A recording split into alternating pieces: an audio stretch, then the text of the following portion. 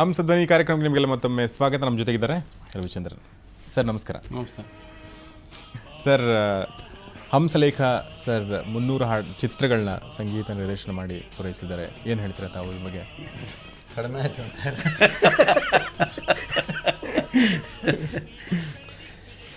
300 ಮಾಡಿ ಕೂಡ ಕುದುರೆ ಓಡ್ತಿದ್ದಿಲ್ಲ ಅನ್ನೋದಷ್ಟೇ ಸಂತೋಷ ಪಡಬೇಕು. ಓಕೆ, 300 ಇಂಪಾರ್ಟೆಂಟ್ ಆಗೋದಿಲ್ಲ, ನಂಬರ್ ನಮಗೆ ಇಂಪಾರ್ಟೆಂಟ್ ಆಗಲ್ಲ. Number we still are in the race ಅಷ್ಟೇ.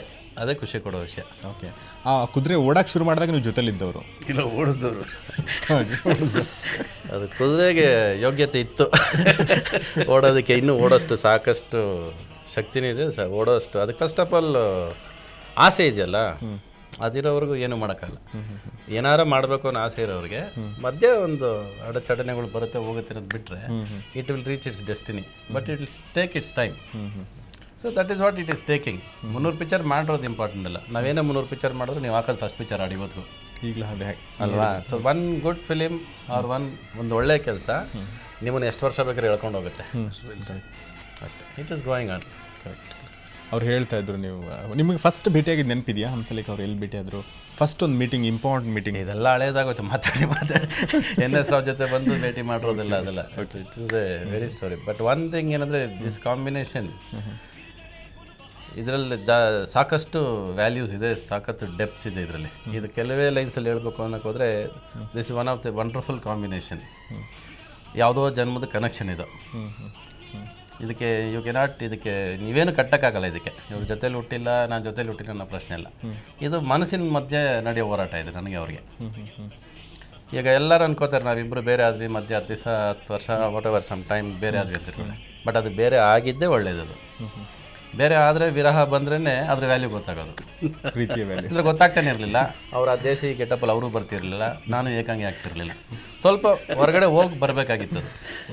ಅದು ಹೊರಗಡೆ ಹೋಗಿದ್ದು ಪರ್ಪಸ್ ಏನಂದರೆ ನಾನು ಸ್ಟಡಿ ಮಾಡ್ಕೊಳ್ಳೋಕ್ಕೂ ಬೇಕು ಸ್ವಲ್ಪ. ಅವರು ಒಂದು ಬೇರೆ ದಾರಿಗೆ ಹೋಗ್ಬೇಕಾಗಿತ್ತು. ಇಲ್ಲ ನಾನು ಮತ್ತೆ ಕೊಂಡಿಸ್ಕೊಂಡು ಪ್ರೇಮ ಲೋಕ ಹತ್ರ ಬರ್ಸ್ಕೊಂಡು ಕೂತಿರ್ತಿದ್ದೆ.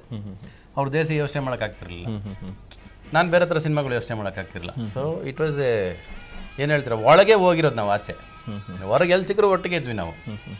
ಇವತ್ತರೆಗೂ ಯಾವುದೇ ನಿಮ್ಮ ಚಾನಲ್ವ್ರಿಗಾಗಲಿ ಯಾವ ಪ್ರೆಸ್ನವ್ರಿಗಾಗಲಿ ನಾವು ಜಗಳ ಆಡಿದ್ದೀವಿ, ಬೇರೆ ಆಗಿದ್ದೀವಿ ಅನ್ನೋದು ಯಾರಿಗೂ ಗೊತ್ತೂ ಇಲ್ಲ. ನಾವು ಜಗಳ ಆಡೂ ಇಲ್ಲ ಫಸ್ಟ್ ಆಫ್ ಆಲ್. ನನಗೆ ಗೊತ್ತಿರೋ ಪ್ರಕಾರ ನಾನು ಹಂಸಲೇಖ ಇಷ್ಟು ವರ್ಷಕ್ಕೆ ಐ ಹ್ಯಾವ್ ನೆವರ್ ಫಾಟ್. ಯಾವುದೋ ಕಿಂದರ್ ಜೋಗಿ ಒಂದು ಸಾಂಗ್ ಸಿಚುವೇಶನ್ ಒಂದು ಚಿಕ್ಕ ಜಗಳ ಆಡಿದ್ವಿ ರೇಸ್ವಿ ಹೋಟ್ಲಲ್ಲ, ಅದು ಬಿಟ್ಟರೆ ಇವತ್ತವರೆಗೂ ನಾನು ಜಗಳ ಆಡೇ ಇಲ್ಲ. And one of the most wonderful combination ನಮ್ದು ಏನಂದರೆ, ನಾನು ಅವ್ರು ಸೇರೋದು ನಾವು ನಗೋಷ್ಟು ನನ್ನ ಜೀವನ ಪೂರ್ತಿ ಅಷ್ಟು ನಕ್ಕಿರಲ್ಲ ಅಷ್ಟು. That is the that got you this. ಅಷ್ಟು ವಂಡರ್ಫುಲ್ ಸಾಂಗ್ಸು ಅದೆಲ್ಲ ಅಷ್ಟು ಬರೋದಕ್ಕೇನೆಂದರೆ, ನಾವು ಈ ಕೆಲಸಕ್ಕೆ ಕೂತಾಗ we were pure like children ಅಷ್ಟೇ, ಮಕ್ಕಳು, ಇನ್ನೋಸೆಂಟ್. ಅವ್ರನ್ನ ರೀಚ್ ಮಾಡೋದು, ಅವ್ರನ್ನ ಗೆಲ್ಲಬೇಕಷ್ಟೆ. ಅದ್ರ ಮಧ್ಯೆ ಮಾತಾಡ್ತಿದ್ವಿ, ಅದಕ್ಕೆ ಏನು ಬೇಕೋ ಅದು ಕೊಡ್ತಾಯಿದ್ವಿ ಅಷ್ಟೇ. ತಾವೇನು ಹೇಳ್ತೀರಾ? Well set. ಇಬ್ಬರು ಮಾತದು, ಒಂದು ಮಾತದು. ಓಕೆ, ಅವ್ರು ನೀವು ಹೇಳೋದು ಹೇಳ್ಬಿಟ್ರಂತೀರ ಅಷ್ಟೇ. ಇವಾಗ ಇನ್ನು ನಾನು ಹೇಳಂದ್ರೆ ಅದು ಹೇಳಬಲ್ಲೆ ಅಲ್ಲ. ಇದು ನೀವು ಹೇಳಕ್ಕೆ ಹೋದರೆ ನೀವು this is A wonderful combination, this A wonderful connection, this is A wonderful collection. ಇದರಲ್ಲಿದೆ ಸಾಕಷ್ಟು ಕರೆಕ್ಷನ್. ಆಮೇಲೆ ಇದರಷ್ಟು ಈ ಥರ ಕೋಆರ್ಡಿನೇಷನ್ನು ನಿಮಗೆ ಬರೋದಿಲ್ಲ, ಇನ್ನಿಬ್ಬರ ಮಧ್ಯೆ ಬರೋದಿಲ್ಲ. Any two friends have fought to become separate. We have never fought to be separate. That is a wonderful thing. ಎಲ್ಲರೂ ಅರ್ಥ ಮಾಡ್ಕೋಬೇಕು. ಜಗಳಾಡ ಬೇರೆ ಆದವರಲ್ಲ ನಾವು.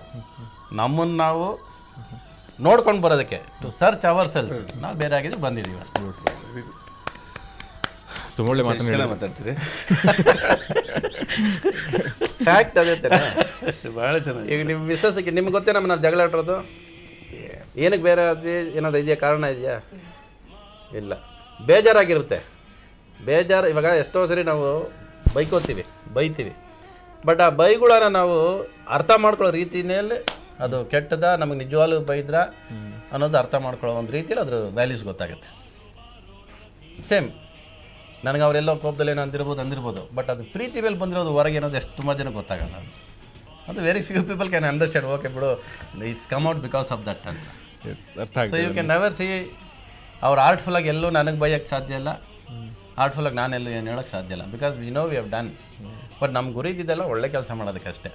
ಸರ್, ನನಗೆ ಒಂದು ಕುತೂಹಲ ಏನಂದರೆ, ಈ ಹಾಡು ಕಂಪೋಷನ್ ಬಗ್ಗೆ ನಾವು ಮಾತಾಡ್ತಾ ಇದ್ವಿ. ನೀವು ಕೂತ್ಕೊಂಡಾಗ ನೀವೇನು ಬೇಕಂತ ಕೇಳೋದು, ಅವ್ರಿಗೆ ಅದು ಅರ್ಥ ಆಗೋದು, ಆ ಅರ್ಥವಂತಿಕೆಲೆ ಅಂದರೆ ಅದು ಕರೆಕ್ಟಾಗಿ ಅರ್ಥ ಆದಾಗ ಕರೆಕ್ಟಾಗಿ ನಾವು ಟ್ಯೂನ್ ಕೊಡೋಕ್ಕೆ ಸಾಧ್ಯ ಅಂತ ಹೇಳ್ತಾ ಇದ್ರು. ಸರ್ ಆ ಪ್ರೊಸೆಸ್ ನನಗೆ ಎರಡನೇ ಸಾಂಗೇ ಕಂಪೋಸ್ ಮಾಡಿಲ್ಲ ನನಗೆ ಗೊತ್ತಿರೋ ಪ್ರಕಾರ, ಟಿಲ್ ಪ್ರೀತ್ಸೋ ತಪ್ಪ.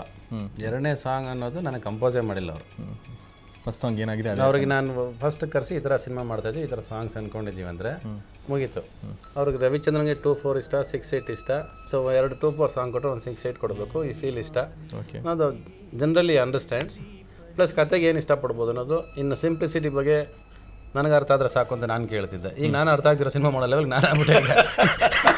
ಅವತ್ತಿಗೆ ಹಂಗಿತ್ತು, ನನಗೆ ಅರ್ಥ ಆಗ್ಬೇಕು ಪದ, ನನಗೆ ಅರ್ಥ ಆಗಲ್ಲ ಪದ ಅಂದರೆ ಇದನ್ನೇ ಅದಕ್ಕೆ ಕೇಳ್ತಾರೆ ಅಂತ ಪ್ರೇಮ್ ಲೋಕದಲ್ಲಿ ಹೇಳ್ದವನು. ಈಗ ನಾನು ಮಾಡೋ ಸಿನಿಮಾ ಅರ್ಥ ಆಗಲಿಲ್ಲ ಅಂತ ಜನ ನನಗೆ ಹೇಳೋಲ್ಲ. That is the difference of growth. But ಕಂಪೋಸಿಷನಲ್ಲಿ ಎಲ್ಲ ಎವರ್ ಆಟ್ ಹಿಂಗೆ ಬೇಕು ಹಂಗೆ ಬೇಕು ಅನ್ನೋದೆಲ್ಲ ಏನಿರಲಿಲ್ಲ. ಇದು ಸಿಚುವೇಶನ್ ಹಿಂಗೆ ಬೇಕು, ಹೊಸ್ದೇನು ಮಾಡ್ತೀವಿ ಅನ್ನೋದು. ನೆಕ್ಸ್ಟ್ ಕೂತ್ಕೋತಾ ಇದ್ದಿದ್ದು how to bring it on screen ಹೊಸ್ದಾಗಿರೋದು. ಸೊ ಈವನ್ BGM ಸಮೇತ ಎಕ್ಸ್ಪ್ಲನೇಷನ್ ಇರೋದು ಅವ್ರಿಗೆ. ಇದೇ ಥರ ಮಾಡ್ತೀನಿ, ಈ ಥರ ಪಿಕ್ಚರ್ಸ್ ಮಾಡ್ತೀನಿ, ಇದು ರಾತ್ರಿ ಮಾಡ್ತೀನಿ, ಹಿಂಗೆ ಮಾಡ್ತೀನಿ ಅಂತ. So that was one thing. ಪ್ರೀತ್ಸೋ ತಪ್ಪ ಟೈಮಲ್ಲೇ ದಿ ಡಿಫ್ರೆನ್ಸಸ್ ಆಫ್ ಟ್ಯೂನ್ ಸ್ವಲ್ಪ ನಾನೆಲ್ಲೋ ಬೇರೆ ಥರ ಯೋಚನೆ ಮಾಡೋಕ್ಕೆ ಸ್ಟಾರ್ಟ್ ಆಗಿದ್ದು. ಒಂದು 10 ಟ್ಯೂನ್ ಹಾಕಿ ಫಸ್ಟ್ ಟೈಮ್ ನಾನು ಇದು ಸರಿಯಾಗಿಲ್ಲ, 10 ಟ್ರೆಂಡ್ ಚೇಂಜ್ ಸ್ಟಾರ್ಟ್ ಆಗಿ. ಟ್ರೆಂಡ್ ಸ್ಟಡಿ ಬಗ್ಗೆ ಸೌಂಡಿಂಗ್ ಅಲ್ಲಿವರೆಗೂ ನೀವು ತಗೊಂಡ್ರೆ V have never composed A second song. ಆಮೇಲೆ ಲಿಬರ್ಟಿ ಇತ್ತು ಅವ್ರಿಗೆ. ನನ್ನ ಹತ್ರ ಅವ್ರಿಗೊಂದು ಲಿಬರ್ಟಿ ಏನಂದರೆ ಇವತ್ತು ಕಂಪೋಸ್ ಮಾಡಿ ಓಕೆ ಆಗೋಯ್ತು, ನಾಳೆ ಬೆಳಗ್ಗೆ ರೆಕಾರ್ಡಿಂಗ್. ಬಟ್ ರೆಕಾರ್ಡಿಂಗ್ ಹೋದರೆ ಬೇರೆ ಸಾಂಗ್ ಮಾಡ್ತೀವಿ ಅವರು. ಏನಂದ್ರೆ ರಾತ್ರಿ ಇನ್ನೊಂದು ಟ್ಯೂನ್ ಒಳ್ಳೇದು ಕ್ಲಾಶ್ ಆಯಿತು, ಅದಕ್ಕೆ ಇದು ಚೆನ್ನಾಗಿದೆ ಅನ್ನಿಸ್ತು, ಇದು ಮಾಡ್ತಾ ಇದ್ದೀನಿ ಸರ್ ಅನ್ನೋರು. ಅಷ್ಟೇ, ಸರಿ ಓಕೆ ಅಂದ್ಬಿಟ್ಟು ಹೊರಟೋಗ್ತಾ ಇರೋದು ಅಷ್ಟೇ. ಈಗ ಚೆನ್ನಾಗಿ ಬಂದರೆ ಬಂತು, ಚೆನ್ನಾಗಿಲ್ಲ ಅಷ್ಟೇ, ಇದು ಬೇರೆ ಮಾಡೋಣ ಅಷ್ಟೇ.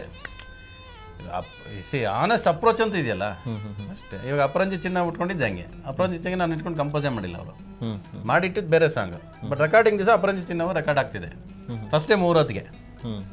ಅಲ್ಲೋದ್ರೆ ಇಲ್ಲ ಸರ್ ಇದು ಅದಕ್ಕಿಂತ ಚೆನ್ನಾಗಿದೆ ಟ್ಯೂನ್ ಅನಿಸಿ, ಇದು ರೆಕಾರ್ಡ್ ಮಾಡ್ತಾ ಇದ್ದೀನಿ ಬೆಳಗ್ಗೆ. ಸರಿ ಓಕೆ, ಆ ಟ್ಯೂನ್ ಕೇಳಿದ್ರೆ ಚೆನ್ನಾಗಿದೆ ಡನ್ ಅಷ್ಟೇ. ಅಲ್ಲಿಂದ ಪಿಕ್ಚರೇಷನ್ ಸ್ಕೀಮೇ ಚೇಂಜ್ ಆಗುತ್ತೆ. ಆ ಚಿನ್ನ ಅಂತ ಬಂದ ಕೂಡಲೇ ಎರಡು ಏನಂದರೆ ಇಲ್ಲಿ ಕೋಆರ್ಡಿನೇಷನ್, ನನಗೆ ಅವ್ರಿಗೆ ಒಂದು ಕೋಆರ್ಡಿನೇಷನ್ ಏನಂದರೆ